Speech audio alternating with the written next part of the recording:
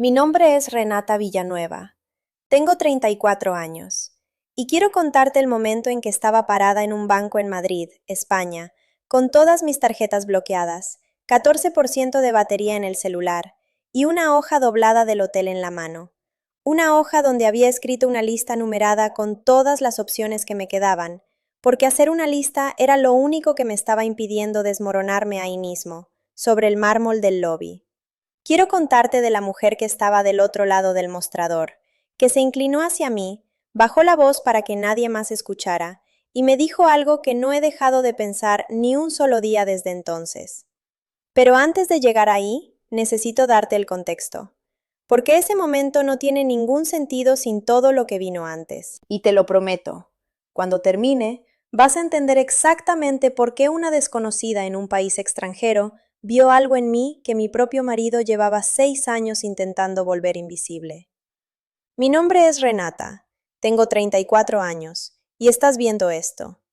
Antes de seguir, si algo de ese primer minuto te llegó, si algo aterrizó en algún lugar real, dale like, suscríbete para que estés aquí en cada parte de esta historia y compártela con alguien que creas que necesita escucharla.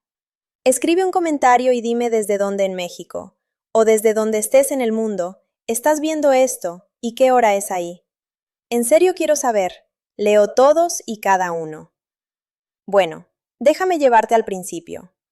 Crecí en Guadalajara, en la colonia Chapalita, en una casa de 2 pisos con bugambilias en la barda que mi mamá podaba 2 veces al año con una dedicación que nunca le dedicó a ninguna otra cosa en la casa. Era una familia perfectamente bien, y quiero ser cuidadosa con esa frase. Perfectamente bien, porque sé lo que significa y lo que no significa.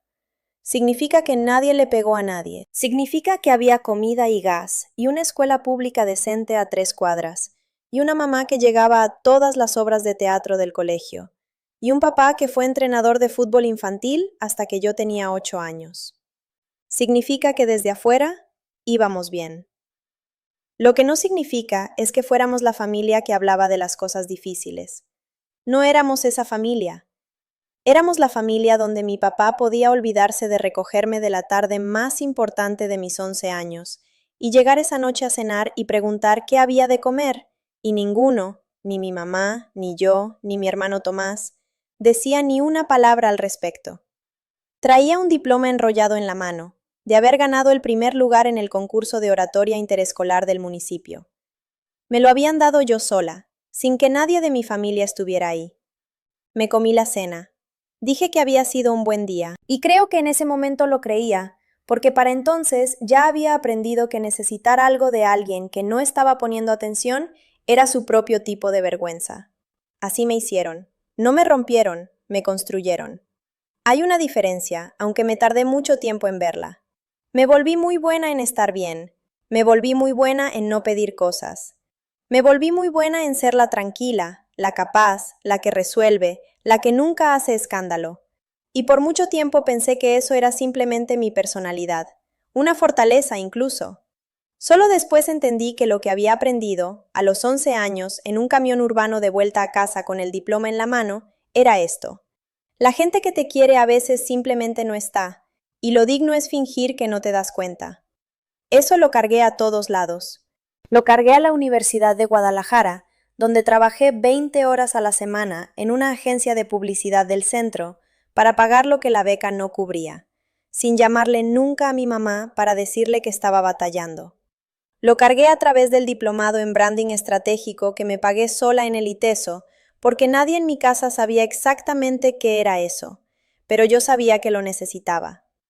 Lo cargué a mi título en comunicación, del que me sentí orgullosa, aunque mi papá, en la graduación, dijo, y esto me lo sé de memoria, ¿y con eso qué se hace? No con maldad, de verdad preguntando, como si los últimos 4 años hubieran sido un agradable desvío antes de lo que fuera a ser la cosa real. Lo cargué a mi carrera. Soy directora de marca y estrategia en CREA, una consultora en Guadalajara. Cuentas de retail, clientes internacionales, 4 países en un solo año. Llegué ahí sola, negocié mi propio sueldo, construí mis propias relaciones con los clientes, viajé cuando había que viajar. Era buena en mi trabajo porque era precisa y calmada bajo presión. Y era precisa y calmada bajo presión porque llevaba practicándolo desde los 11 años. Y nadie de los que trabajaba conmigo sabía eso. Incluyendo mi colega y mejor amiga Sofía, que me conoce desde hace 4 años y es la persona más perceptiva que he conocido en mi vida. Y aún así, solo supo la versión profesional de la historia por mucho tiempo. Y lo cargué a mi matrimonio. Conocí a Marcos en una boda en Puerto Vallarta cuando yo tenía 27. Era seguro de una forma que yo encontré inmediatamente tranquilizadora, como se siente una habitación tranquila después de un día largo en el viento. Sabía qué iba a pedir antes de que llegara el mesero. Tenía opiniones sobre las cosas y las decía sin disculparse. Me ponía atención de una forma específica y cuidadosa, que en ese momento se sentía como haber sido elegida. Nos casamos cuando yo tenía 29. Y los primeros 2 años, quizás 3, fue mayormente bueno. No perfecto, ningún matrimonio es perfecto, pero bueno, funcional, con suficiente calor. Y entonces algo se fue moviendo, no de golpe, lentamente, como se asienta una casa vieja y solo lo notas cuando vas a cerrar una puerta que antes cerraba sola y ahora ya no llega al marco. Las conversaciones se fueron acortando. La cuenta mancomunada que Marcos administraba, porque él era mejor con los números. Palabras de él, que yo acepté porque, ¿por qué no? Se fue convirtiendo en algo donde yo tenía cada vez menos visibilidad. Los viajes que hacía por trabajo, de los que él se sentía orgulloso al principio, se volvieron evidencia de mi falta de disponibilidad.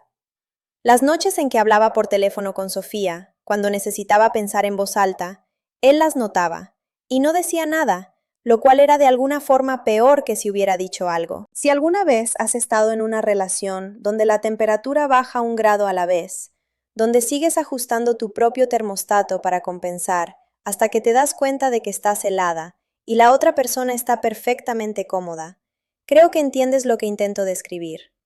Y si eso te está llegando en algún lugar específico ahora mismo, necesito que te quedes conmigo, porque lo que voy a contarte ahora es la parte que no pude haber predicho.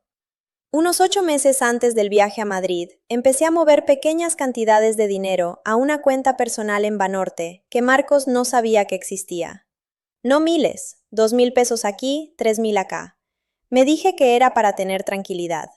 Me dije que todo mundo debería tener un poco de dinero aparte, que era simplemente prudente. No me dije la verdad real, que era que algo en mi cuerpo ya estaba llevando la cuenta antes de que mi cabeza estuviera lista para admitir cuál iba a ser el número final. Reservé el viaje a Madrid en febrero. Presentación con un cliente, 4 días, de rutina. Había hecho ese tipo de viaje una docena de veces.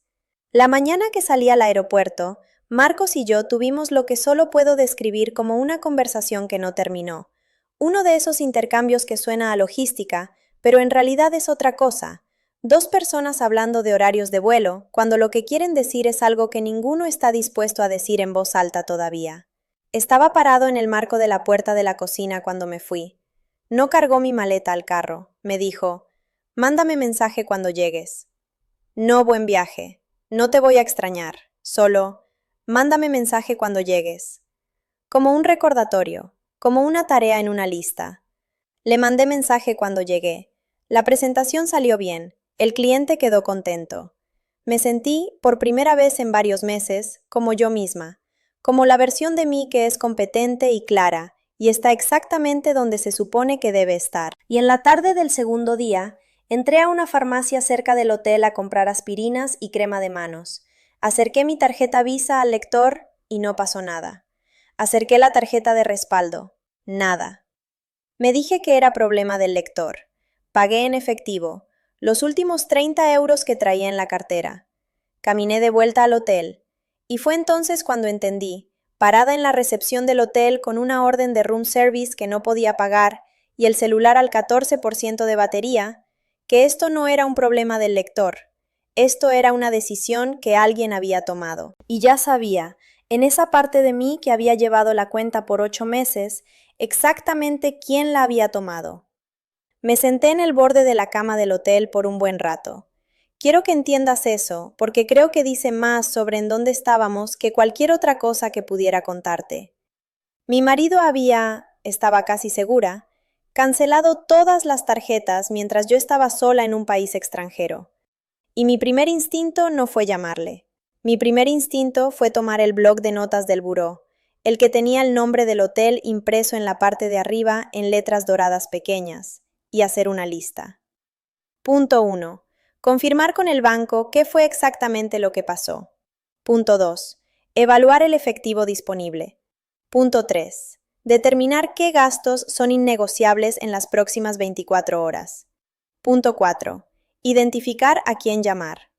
Lo escribí con letra apretada y ordenada. Presioné el bolígrafo fuerte contra el papel y luego me quedé ahí viendo la lista. Y pensé en el hecho de que llamarle a mi marido no estaba en ella, y no lo agregué. Llamé a la línea internacional del banco. Estuve en espera 11 minutos, los conté. Cuando contestó la representante, me confirmó que no había habido actividad fraudulenta. Las tarjetas habían sido desactivadas a petición del titular de la cuenta, esa tarde, varias horas antes. No podía decirme quién específicamente había hecho la solicitud. No podía revertir la desactivación en esa llamada. Me dio un número de caso y una línea de referencia, y me deseó buenas noches en un tono que sugería que había dicho exactamente esas palabras 400 veces esa semana. Le di las gracias. Dejé el teléfono. La batería estaba al 9%. Lo conecté al cargador. Me recosté en la cama completamente vestida. El blazer, el pantalón de vestir, las zapatillas negras de punta fina que había usado en la presentación. Y miré el techo e hice algo que no había hecho en mucho tiempo. Dejé de administrarlo. Solo por unos minutos. Dejé que el peso completo de lo que estaba pasando se sentara sobre mi pecho, sin intentar levantarlo, ni reencuadrarlo, ni ponerlo en una lista. Él lo había calculado. Eso era lo que no podía sacarse de la cabeza. Esto no fue impulsivo.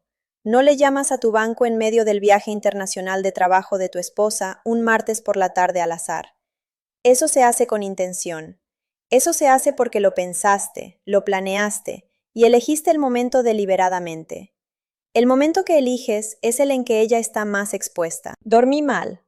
A las 4 de la mañana me levanté, prendí la luz e hice otra lista. Esta fue más larga. En la mañana me puse la misma ropa. Había decidido en algún momento entre las 3 y las 4 de la madrugada que no iba a volver a desempacar, que pasara lo que pasara, no me iba a reinstalar. Y fui a la sucursal bancaria que el conserje del hotel me había marcado en un mapa turístico de papel con tinta azul. Eran 10 minutos caminando. Los caminé rápido, bolsa cruzada al cuerpo, pasaporte adentro, el bloc doblado del hotel en la mano. La sucursal estaba tranquila cuando llegué. Media mañana, un jueves. Había 2 cajeras trabajando. Me dirigieron con la de la izquierda. Su gafete decía Ana. Calculé que tendría unos 50 y tantos años. Cabello castaño oscuro con gris natural en las sienes, recogido en un chongo bajo. Un blazer azul marino que pertenecía al banco y no a ella. Traía unos lentes de lectura en una cadena fina dorada, que levantó para revisar mi pasaporte y luego dejó caer de nuevo. Sus movimientos eran sin prisa de una manera que, en ese momento, encontré casi insoportablemente tranquilizadora. Expliqué la situación en la voz precisa y controlada que uso para las presentaciones difíciles con clientes.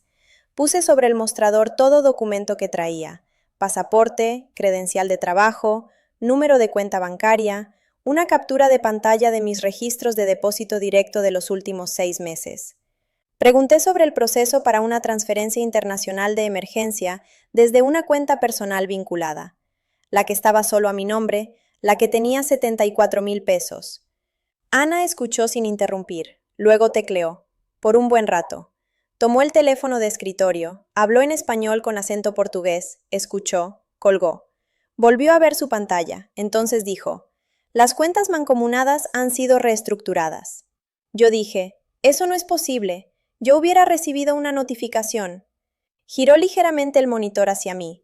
Señaló una dirección de correo electrónico en el campo de configuración de la cuenta. Era el correo de Marcos. Todas las notificaciones de la cuenta, cada alerta de movimiento, cada estado de cuenta, cada confirmación de cambio, habían sido redirigidas a su dirección. No a la mía, a la de él. Durante los últimos 9 días, me quedé viendo esa dirección de correo por un buen rato. Pienso en este momento cuando la gente me pregunta, y me preguntan, siempre preguntan, ¿cuándo supiste con certeza? Y mi respuesta siempre es, el banco en Madrid, un jueves por la mañana, viendo su correo electrónico en el campo de notificaciones, de una cuenta que yo pensaba que era nuestra, porque esto no era un hombre que se asustó y tomó una mala decisión. Este era un hombre que pasó 9 días preparando las condiciones para una decisión que ya había tomado, que redirigió el rastro de papel antes de encender el cerillo. He pensado mucho en lo que significa darte cuenta, en un solo momento, de que la persona con quien duermes ha estado operando en una línea de tiempo completamente diferente a la que tú creías compartir. Que mientras tú viajabas y presentabas y mandabas mensaje cuando llegabas como él pedía, él estaba ejecutando. Ya estaba varios pasos adentro de un plan cuyo primer movimiento fue asegurarse de que tú no pudieras regresar a casa sin su permiso. Y necesito preguntarte algo ahora mismo, porque creo que algunas de ustedes saben exactamente de qué estoy hablando. ¿Alguna vez descubriste que alguien cercano a ti, alguien que se suponía estaba de tu lado, había estado haciendo movimientos que tú no sabías? ¿Que para cuando te diste cuenta ya ibas atrás? Escríbelo en los comentarios. Dime cómo se sintió ese momento. Leo cada comentario y quiero saber si algo de esto te resulta familiar. Porque esto es lo que nadie te dice sobre ese tipo de descubrimiento. No se siente como coraje primero. Se siente como vértigo, como que el piso no desapareció, sino que resulta que siempre estuvo un poco más abajo de donde creías, y solo lo notas cuando das el paso equivocado. Estaba parada ahí con el monitor de Ana girado hacia mí, y no estaba llorando, y no estaba temblando, y estaba muy, muy quieta. Y fue entonces cuando Ana se inclinó hacia adelante. No levantó la voz. Me miró directo, el tipo de contacto visual que no finge calidez, simplemente la tiene, y me dijo, en voz baja, con claridad, no como pregunta, ¿ya no vas a regresar? La miré. Al matrimonio, dijo. Ya no vas a regresar. Tú ya lo sabes. Él también lo sabe. Por eso está pasando esto ahorita. No dije nada, por lo que se sintió como un minuto completo, pero probablemente fueron 10 segundos. Luego dije, se me adelantó. Ana asintió, despacio, una sola vez, y no quería que tuvieras recursos cuando te enteraras. Lo dijo con tanta sencillez, sin drama, como si estuviera leyendo un saldo en la pantalla. Aquí está el número, aquí está lo que significa, aquí es a donde vamos de aquí. Miré mis manos sobre el mostrador, las dos planas sobre el mármol, los dedos ligeramente abiertos. La argolla de matrimonio en la mano izquierda atrapando la luz de los tubos fluorescentes. Saqué el teléfono. Y no le llamé a Marcos, le llamé a Sofía, al primer tono. Contestó con mi nombre, solo Renata, en la voz que usa cuando ya sabe que algo está mal, que es una voz que he escuchado antes y que siempre me hace sentir, a pesar de todo, menos sola. Le dije 4 palabras. Necesito un abogado. Hubo una pausa, no de sorpresa, algo más parecido a una respiración contenida que por fin se suelta. Dijo, ya sé, tengo un número. ¿Traes el pasaporte contigo? Y casi me da risa. Casi me da risa porque claro que tenía un número. Sofía había estado callada y cuidadosamente preocupada por mi matrimonio durante 2 años. Nunca empujó, nunca dijo la cosa directa, la cosa difícil. Y después me diría que había repasado esa decisión 100 veces, preguntándose si la suavidad había sido amor o cobardía. Pero tenía un número listo. Lo había estado cargando en el teléfono como un plan de contingencia silencioso para un desastre que esperaba que nunca pasara, pero que no podía dejar de preparar. Me transfirió 12,000 pesos a mi cuenta personal en menos de una hora, de su propio dinero, sin dudarlo, sin hacerme pedirlo 2 veces, ni explicarme, ni producir una cronología de lo que había salido mal.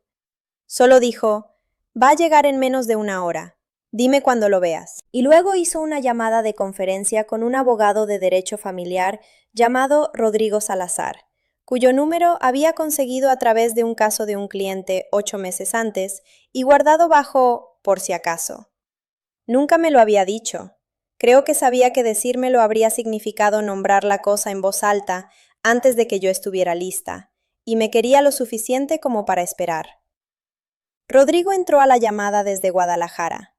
Yo estaba parada en el lobby de un banco en Madrid, el teléfono de escritorio de Ana reconvertido en bocina improvisada, porque Ana había ofrecido su escritorio sin que se lo pidiera, y luego se había hecho a un lado, y se quedó parada en silencio, a un lado como una persona que entendía exactamente cuánto espacio necesitaba ese momento. Rodrigo me hizo una sola pregunta antes de decir cualquier otra cosa. ¿Tienes acceso a estados de cuenta de la cuenta mancomunada de antes de la reestructuración? Abrí mi correo. 12 meses de estados de cuenta descargados. Los había guardado antes del viaje, no estratégicamente, me había dicho a mí misma, para tener tranquilidad. Por la misma razón que había estado moviendo dinero a mi cuenta privada por 8 meses, la razón que no podía nombrar del todo en ese momento. Los mandé al correo de Rodrigo desde el lobby del banco, mientras Ana estaba a 3 pasos, y Sofía se quedó en la línea sin decir nada, que era exactamente lo correcto. Rodrigo estuvo callado un momento después de recibirlos. Luego dijo, «Bien, no vas atrás. En realidad no vas tan atrás como él cree». Marcos llamó a las 3:47 p.m. hora de Madrid. Vi su nombre en la pantalla durante todo el tiempo que duró el tono. No contesté. Abrí mis notas y escribí, jueves 3:47 p.m. Llamada entrante. Duración no contestada.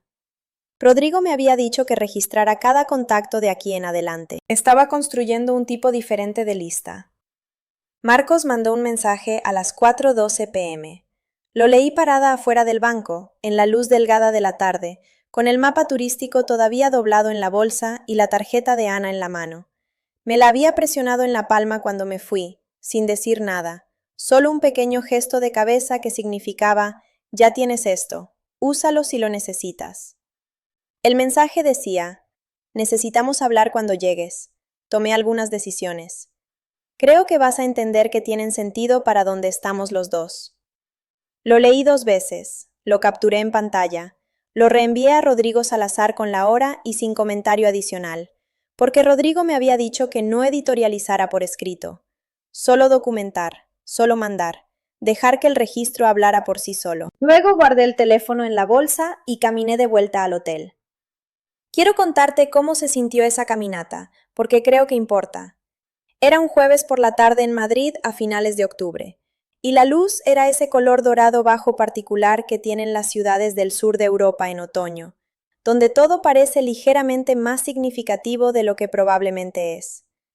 Las calles eran angostas y los edificios viejos y hermosos, y yo estaba caminando por todo eso con la ropa del segundo día, y una tarjeta de crédito sin fondos en la cartera, y un número de caso de mi banco, y 12,000 pesos de mi mejor amiga llegando a mi cuenta personal. Y sentí, y esta es la parte que me sorprendió, sentí que algo empezaba a aclararse. No alivio, todavía no, algo más silencioso que eso. La sensación específica de una pregunta que has estado evitando por mucho tiempo, siendo finalmente hecha en voz alta por alguien más, y darte cuenta de que ya sabías la respuesta. Había sabido la respuesta por 8 meses. La había estado financiando en silencio, 2,000 pesos cada quincena, en una cuenta que él no sabía que existía. Solo que no había estado dispuesta a decirlo, ni siquiera a mí misma. Esa noche pedí room service con el dinero de Sofía, y me senté en la cama del hotel y le llamé a Rodrigo de vuelta. Una llamada como tal, no conferencia, solo los dos. Y él fue a través de lo que había encontrado en los 12 meses de estados de cuenta que le había mandado. Era calmado al respecto, metódico, el tipo de calma que en realidad es más alarmante que la urgencia, porque significa que la persona que entrega la información ya lo ha visto antes y sabe exactamente qué es. Me dijo, Renata, la reestructuración de las notificaciones no fue el inicio de esto. Basándome en lo que estoy viendo, el movimiento empezó aproximadamente hace 22 meses. Pequeño al principio. Consistente.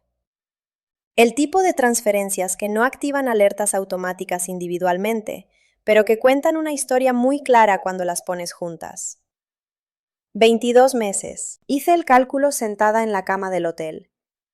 22 meses atrás acababa de ser promovida a directora en CREA. 22 meses atrás, Marcos y yo habíamos ido a pasar un fin de semana a San Miguel de Allende, y había sido, lo recordaba como bueno. Lo recordaba como uno de los últimos periodos de tiempo en que las cosas se sentían genuinamente bien entre nosotros. Había estado moviendo dinero por 22 meses. Dije, ¿cuánto? Rodrigo hizo una pausa. No porque no supiera, podía escucharlo sabiéndolo, sosteniéndolo, decidiendo cómo entregarlo. Dijo, basándome en lo que puedo rastrear con estos estados de cuenta solamente, y esto es preliminar, estamos hablando de algo en el rango de 3 millones a 3.300.000 pesos en activos que han sido reposicionados en silencio. Puse el teléfono contra el hombro por un segundo. No porque estuviera llorando, no lo estaba. Porque necesitaba un momento en que nadie pudiera escuchar cómo respiraba. Luego acerqué el teléfono de nuevo a la oreja y dije, ¿qué hago ahora? Y Rodrigo dijo, regresas a Guadalajara, no vuelves a la casa, y me dejas trabajar a mí. Compré el vuelo esa noche. Con mi tarjeta personal, la conectada solo a mi cuenta en Banorte, la que Marcos nunca había preguntado porque nunca había sabido qué preguntar. Los 74.000 pesos que había movido en 8 meses, en silencio, 2.000 a la vez. Alcanzó para el vuelo, alcanzó exactamente. He pensado mucho en eso desde entonces. En la forma en que algo dentro de mí había estado preparándose para una situación que no podía nombrar conscientemente. En la forma en que el cuerpo lleva la cuenta antes de que la mente esté lista para ver los números. No dormí mucho. Me quedé ahí en la oscuridad pensando en Marcos en casa en Guadalajara, en la casa que habíamos elegido juntos, probablemente ya dormido, probablemente muy seguro de haber ejecutado esto de forma limpia, que yo iba a llegar confundida y sin recursos económicos, y que la conversación que él quería tener iba a ocurrir en sus términos, en su línea de tiempo, con su narrativa ya establecida. Pensé en el mensaje que había mandado. Creo que vas a entender que tienen sentido para donde estamos los dos. La confianza de eso, el supuesto de que yo iba a recibir lo que me habían hecho y encontrar la manera de llamarlo razonable. Entendí algo en ese momento que quiero decir con cuidado, porque no creo que Marcos sea un monstruo. Creo que es un hombre que tenía miedo, miedo de que lo dejaran, miedo de ser insuficiente, miedo de que el control que había construido dentro de nuestro matrimonio ya se estaba escapando. Y ese miedo se había agriado, en 22 meses, en algo que parecía estrategia. Se dijo a sí mismo que estaba actuando primero. Se dijo que yo ya me había ido y que él solo estaba protegiéndose. Construyó una versión de los hechos en la que él era la parte razonable, tomando decisiones difíciles, pero necesarias. Lo que no construyó fue un relato de cómo se sentiría ser la mujer parada en un banco en Madrid, dándose cuenta de que la red de seguridad había sido cortada 8 metros abajo, calculado al minuto. No estoy segura de que haya pensado en esa parte. Mi vuelo era en la mañana. Llegué a la puerta de embarque 2 horas antes porque ya no había nada en el cuarto del hotel y no había ningún otro lugar donde quisiera estar. Me senté en la sala de espera con un café que compré con lo último del dinero de Sofía e hice algo que no había hecho en meses. Le llamé a mi hermano Tomás. Era temprano en la Condesa, apenas pasando las 6 de la mañana, y contestó al tercer tono con la voz de alguien que estaba dormido, pero que estaba intentando no sonar así. Le dije, vengo de regreso de Madrid, pasaron algunas cosas, estoy bien, pero quería que supieras. Él dijo, Renata, ¿qué pasó? Y le conté. No todo. Rodrigo me había aconsejado mantener el círculo pequeño hasta que el proceso legal estuviera en marcha. Pero lo suficiente como para que mi hermano, a quien había protegido de mis dudas por 6 años, a quien había sonreído y tranquilizado y dado la versión compuesta de mi vida, se quedara muy callado al otro lado de la línea. Luego dijo, voy a Guadalajara. Le dije, no tienes que hacer eso. Dijo, Renata, voy a Guadalajara. Y lo dejé. Por primera vez en mucho tiempo, dejé que alguien viniera sin convencerlo de que no era necesario. Sofía estaba en el área de llegadas cuando aterricé. No afuera en la acera, adentro, en el hall donde esperan las familias con su energía nerviosa particular de gente que ha estado contando los minutos. Estaba parada con un café en cada mano, y me miró cuando salí por las puertas con mi maleta de mano y mi pasaporte y mi bolsa cruzada. Y no dijo, lo siento mucho, y no dijo, yo sabía, y no dijo nada diseñado para hacer el momento sobre su propio alivio. Me tendió un café y dijo, su abogado presentó un convenio de separación esta mañana. Rodrigo ya respondió, no vas atrás. En realidad, no vas nada atrás. Tomé el café. Le dije, ¿cómo eres tan competente? Dijo, llevo 8 meses ensayando esto. Manejamos hacia Guadalajara. Ella puso mi maleta en la cajuela. Arrancó. Y en algún punto del periférico entrando a la ciudad, en el tráfico ordinario del martes por la tarde con la silueta de la ciudad apareciendo en el horizonte y el café enfriándose en mi mano, sentí que algo se abría en el pecho. No rompiéndose, el otro tipo de apertura, el que significa que algo que estuvo sellado demasiado tiempo por fin está recibiendo aire. Si alguna vez has sostenido algo juntas por tanto tiempo y con tanto cuidado que olvidaste que lo estabas sosteniendo, y luego alguien apareció, simplemente apareció, sin anuncio, sin performance, solo aquí está un café, y aquí está lo que sé, y no vas atrás. Entonces sabes exactamente lo que sentí en ese carro. Ese es el momento en que quiero sentarme contigo por un segundo, porque no tengo palabras para él que sean más grandes de lo que merece. Lo único que puedo decir es, importó más que ganar, más que el acuerdo, más que todo lo que vino después. Importó que simplemente estuviera ahí. Si eso te llegó en algún lugar real, si alguna vez alguien apareció exactamente así para ti, o si tú has sido la persona esperando en el área de llegadas para alguien que te necesitaba, dale like a este video. Suscríbete para que estés aquí para el resto de esto. Porque lo que viene después es la parte que no pude haber preparado, y no quiero que te la pierdas. No volví a la casa. Fuimos al departamento de Sofía. Había preparado el cuarto de huéspedes, no de forma elaborada, solo sábanas limpias y un vaso de agua en el buró, y las persianas ajustadas para que la luz de la mañana no pegara directo. Las amabilidades pequeñas, las que le cuestan casi nada a alguien y significan casi todo. Puse la maleta. Me senté en el borde de la cama. Todavía traía puesto el blazer. Tenía una maleta de mano, mi pasaporte, mi celular y 12 meses de estados de cuenta que había descargado antes de un viaje de trabajo para tener tranquilidad. Y pensé, así se ve. Así se ve realmente empezar de nuevo. No una escena dramática, no un discurso, no una puerta que se cierra de golpe con las palabras correctas suspendidas en el aire. Se ve como el cuarto de huéspedes del departamento de tu mejor amiga un martes. Se ve como un vaso de agua que alguien pensó en poner en el buró. Se ve, pensé, exactamente como algo que puedo sobrevivir. El proceso legal tardó 11 meses. Quiero decirlo así, sin drama, porque creo que una de las cosas que nadie te cuenta sobre lo que viene después de que un matrimonio termina es lo administrativo que es. ¿Cuántos formularios hay?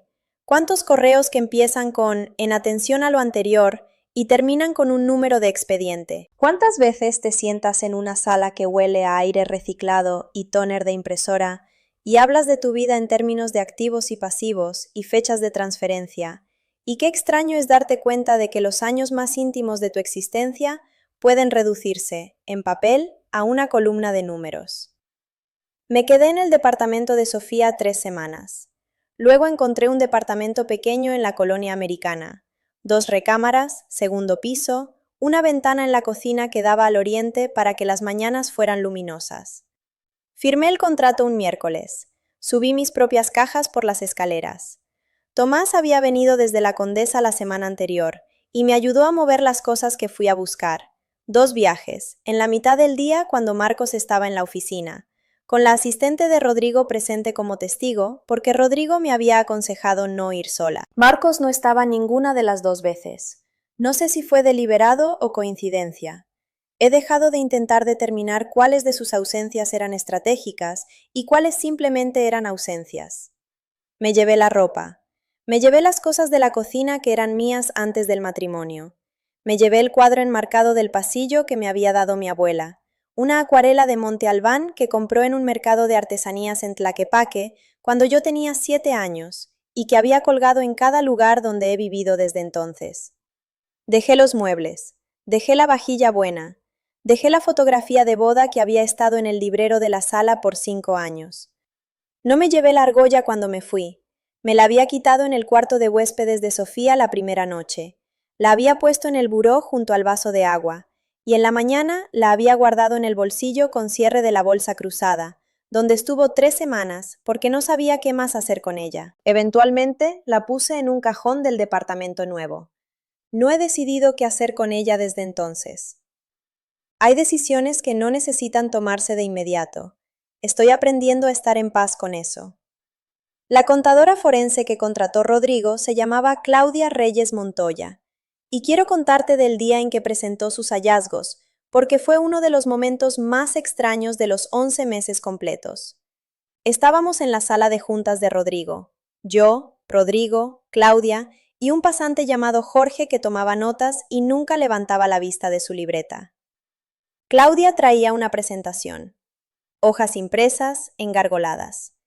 Había marcado las páginas relevantes con separadores de colores, lo cual noté de inmediato y respeté enormemente.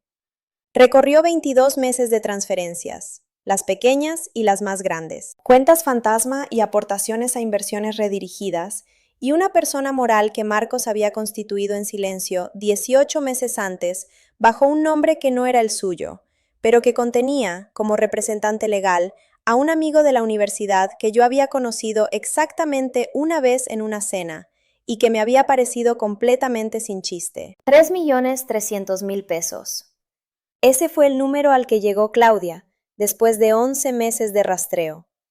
3.300.000 pesos en activos conyugales que habían sido metódicamente reposicionados en 22 meses hacia estructuras diseñadas para ser difíciles de encontrar sin alguien como Claudia buscándolas. Rodrigo me miró cuando Claudia terminó. Dijo, «Esto cambia significativamente el cálculo del acuerdo». Yo dije, «Lo sé». Lo que no dije, en esa sala de juntas que olía a aire reciclado y tóner de impresora, era lo que realmente estaba sintiendo. Que no era triunfo, que no era satisfacción, que era algo más cercano a un duelo específico y silencioso, el duelo de la confirmación. De haber sospechado algo y que te mostraran la prueba, y darte cuenta de que una parte de ti había esperado, hasta ese exacto momento, estar equivocada. 3.300.000 pesos, 22 meses. Una persona moral registrada bajo el nombre de alguien más. Había estado muy ocupado mientras yo estaba bien. Sofía me llamó la mañana después de la presentación de Claudia. Había escuchado a través del despacho de Rodrigo. Yo había autorizado la comunicación. Y dijo, «¿Cómo estás?» Le dije, «Estoy sentada en el piso de la cocina». Dijo, «¿Eso es malo?» Lo pensé. «No», dije. «Creo que es simplemente donde necesitaba estar». Se quedó callada un momento. Luego dijo, «Por lo que vale, y sé que esto no hace nada más fácil, creo que debes saber que llamé a ese número de abogado 8 meses antes de Madrid, solo para hacer una pregunta general, solo para saber cómo era el proceso». Le dije, «Lo sé, Sofía». Dijo, «¿Lo sabías?» «Lo intuí», dije. «Cuando tuviste el número listo en 30 segundos, lo intuí». Otro silencio. Luego, «Debí haber dicho algo antes». «Me lo dijiste cuando estaba lista para escucharlo», le dije. Eso no es poca cosa, y lo decía en serio. He pensado mucho en el tiempo durante el último año, en la diferencia entre que la verdad aterrice y que la verdad esté disponible. Sofía había tenido la verdad disponible por 8 meses. Aterrizó la mañana que contestó al primer tono y dijo, «Ya sé, tengo un número». Son cosas distintas, y las dos fueron actos de amor, y no creo que una haya sido mejor que la otra. El abogado de Marcos había presentado el convenio de separación la mañana que yo volé de regreso. Un documento que reflejaba una versión de nuestras finanzas conyugales que no contabilizaba 3.300.000 pesos en activos reposicionados. porque Marcos presumiblemente esperaba que nadie fuera a buscarlos con suficiente cuidado. Rodrigo respondió a esa presentación en 48 horas. La respuesta incluía los hallazgos preliminares de Claudia, los 12 meses de estados de cuenta que yo había descargado antes del viaje a Madrid, las redirecciones de notificaciones documentadas y la cronología de la reestructuración de la cuenta puesta junto a la cronología de mis viajes de trabajo, lo cual establecía, con claridad y sin editorializar, que la desactivación de las tarjetas había sido ejecutada mientras yo estaba en una presentación con un cliente en un país extranjero sin acceso a fondos alternos. La mediación tomó 4 sesiones. Marcos no me miró durante las primeras 2. Durante la tercera sesión, su abogado solicitó un receso que duró 40 minutos, y cuando regresaron, los términos habían cambiado sustancialmente. Quiero ser honesta sobre cómo se sintió el acuerdo final, porque creo que la honestidad es lo único que hace que todo esto valga la pena contarlo. No se sintió como ganar. Se sintió como llegar a un número que era justo, después de 11 meses de trabajo y documentación y 4 sesiones en una sala de mediación y una contadora forense con separadores de colores. Se sintió correcto de la manera en que una ecuación equilibrada se siente correcta, no emocional, simplemente verdadera. Salí de la sesión final un viernes por la tarde en septiembre. Rodrigo me dio la mano. Claudia había mandado un mensaje que decía simplemente, bien hecho. Sofía había mandado una nota de voz de 47 segundos que era mayormente ella exhalando y luego diciendo, en una voz que estaba haciendo un gran esfuerzo por no quebrarse, ok, ahora ve a comer algo rico. Me senté en mi carro en el estacionamiento por un rato.